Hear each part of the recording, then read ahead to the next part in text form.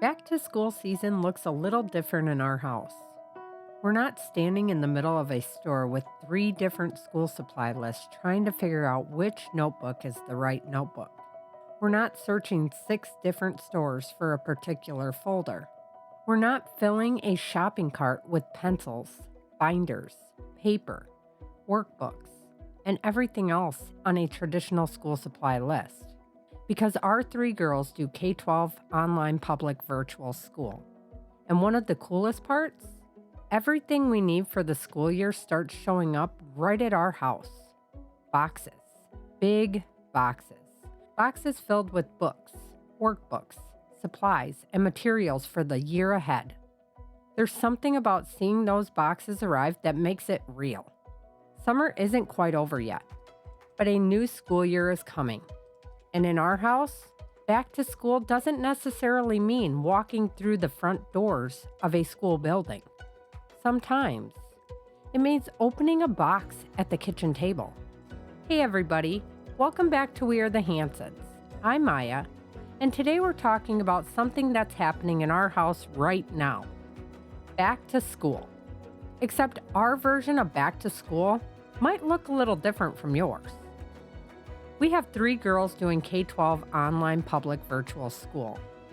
So when August rolls around, we don't have exactly the same routine that a lot of families have. Our school year starts arriving in the mail. And I have to tell you, there's something exciting about seeing those boxes show up. You know what's inside. A fresh year, new subjects, new lessons, new books, new challenges, and another year of watching our girls learn and grow. It's almost like Christmas for school. Well, maybe Christmas is pushing it. I'm not sure the girls would choose a math workbook over an actual Christmas present. But there's still something exciting about opening everything up and seeing what they've been sent. And doing school online has become part of the rhythm of our family. Our girls are learning from home. But they're still learning responsibility. They're still working through difficult subjects. They're still discovering things they're good at. They're still having those moments when something finally clicks. And they're still occasionally looking at a lesson like, why do I need to know this? So don't worry, some parts of school are universal. I think one of my favorite parts about preparing for the school year is when everything starts arriving. You see the delivery, then another package, then another box, and suddenly you're thinking, okay, here we go. We start opening everything, books, workbooks, materials, supplies, all the things they need to work through their school year. And because there are three girls doing it, organization matters. You can't just open everything and throw it into a giant pile and hope for the best. Well, technically you can. I just wouldn't recommend it. Because 2 weeks later, somebody is going to say, Mom, where's my? And that's when the fun begins. So we go through everything. Whose materials are whose, which most of the time they have a name. What needs to stay together. Where are we putting all these books? What do we need to keep accessible? What won't be needed until later? It's our version of preparing the classroom. Except the classroom is home. And I really like that because their education becomes woven into our everyday family life. Sometimes when people hear that children do school online from home, I think they imagine kids sitting around in pajamas watching videos whenever they feel like it. And yes, there might occasionally be pajamas. One of the benefits of doing school at home is that nobody is issuing citations for fuzzy pajama pants. But there's still work. There's still a schedule. There's still live lessons. There's still assignments. There are still expectations.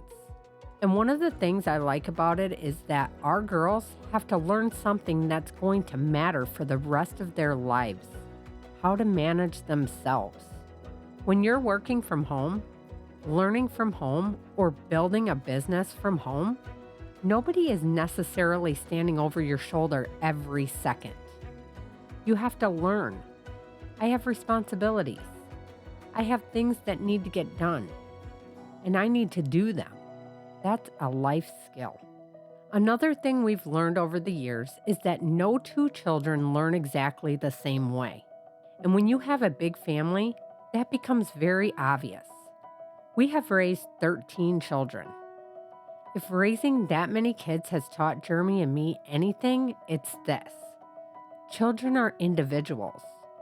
One child might understand something immediately. Another needs to see it. Another needs somebody to explain it.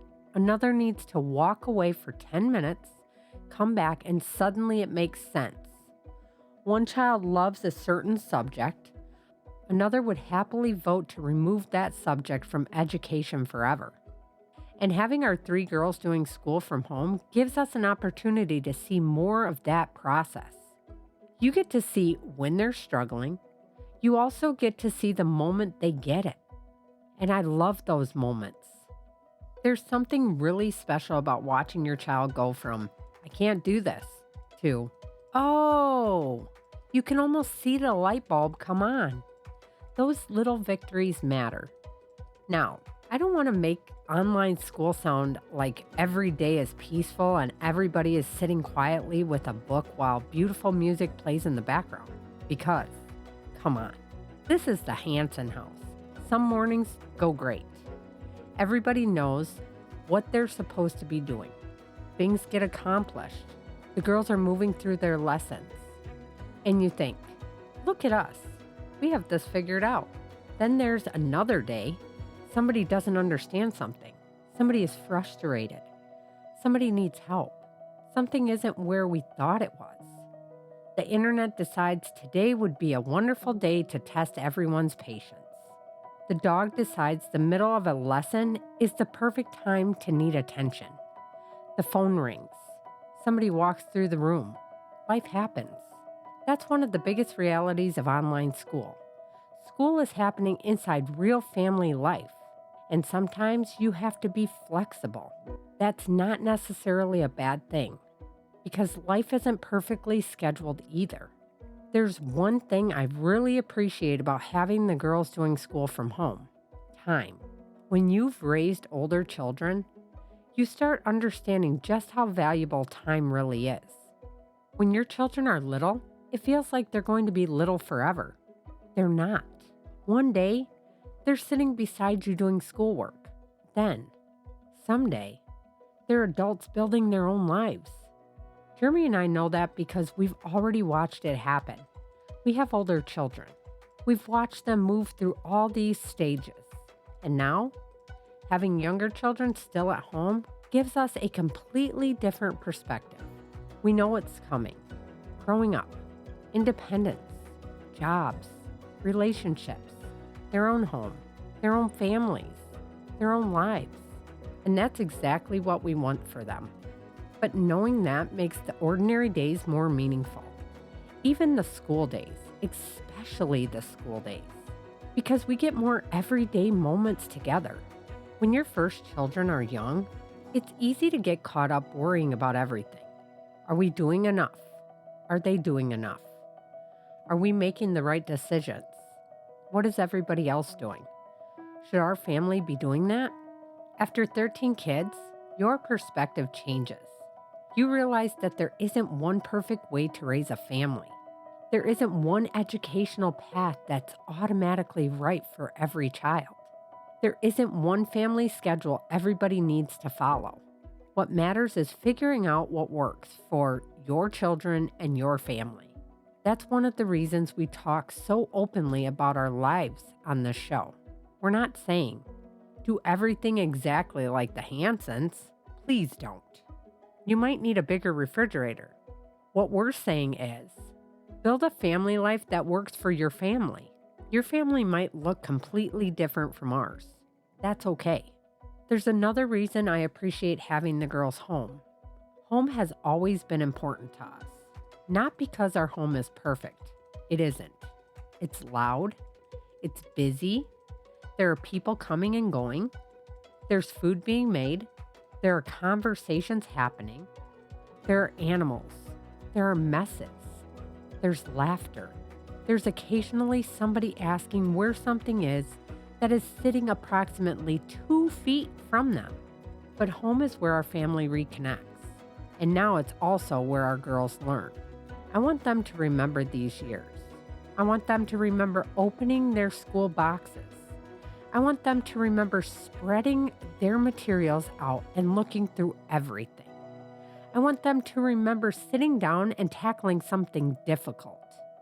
I want them to remember laughing in the middle of a school day. I want them to remember that learning didn't only happen in a classroom. It happened everywhere, at the table, in conversations, while cooking, while going places, while watching the world, while making mistakes, while asking questions. That's education too. Online school doesn't only teach the kids. Sometimes it teaches the parents patience, a lot of patience. Because there's a big difference between understanding something yourself and trying to explain it to somebody else. Have you ever looked at something and thought, I know how to do this? And then your child asks, why? And suddenly you're questioning everything you've known for 40 years, especially math. Sometimes you look at how they're teaching something now and think, what happened to the way we did this? But those moments can be good. They remind you what learning feels like. Learning can be frustrating. Kids aren't machines. Sometimes they need a break. Sometimes they need encouragement. Sometimes they need you to say, you're not giving up, let's try it again. And sometimes they need you to recognize they've hit their limit for the moment. That's part of parenting too. Knowing when to push and knowing when to give them a minute. The biggest thing that helps us is routine, not a military operation. We're not blowing a whistle at 7 a.m. But kids need to understand there are expectations. School needs to get done. Responsibilities need to get done. And then there's time for everything else. The great thing about being at home is flexibility. But flexibility can't become, I'll do it later. Because later has a funny way of becoming tomorrow. And tomorrow becomes, Mom, I have 12 things to finish. No, thank you. So we try to teach the girls that freedom and responsibility go together. That's actually a lesson that goes far beyond school. You want independence? Great. Independence requires responsibility. You want flexibility? Great. Flexibility requires discipline. Those are lessons they're going to use as adults. This is the part that hits me. Another school year, another grade, another year older, another year closer to adulthood. When your kids are little, people tell you, enjoy it, it goes fast. And you're standing there exhausted thinking, does it? Because Tuesday felt about 9 days long. But then you look back, and you're right, it went fast. Our older children are proof. There are moments I can remember like they happened yesterday. Then I realize how many years have passed. That's why this school year, I don't just want to focus on what needs to be completed. I want to notice the moments. The boxes arriving, the girls opening them, the first lessons, the frustration, the accomplishments, the laughter, the random conversations in the middle of the day. Because these are memories too. Okay, guys, we're going to jump into a recipe for the first day of school dinner. Easy loaded taco bake. Because once the school year gets going, I am always looking for meals that are easy, filling, and don't require me to spend half of the evening standing in the kitchen. So here's a really simple one. You will need 2 pounds ground beef, 2 packets taco seasoning, 1 can black beans, drained, 1 can corn, drained, 1 can rotel, 2 cups shredded Mexican-style cheese, 1 bag tortilla chips, sour cream, salsa. Lettuce and tomatoes are optional. Start by browning your ground beef in a large skillet and drain off the grease. Add your taco seasoning according to the package directions. Then stir in the black beans, corn, and rotel. Spread some tortilla chips across the bottom of a large baking dish.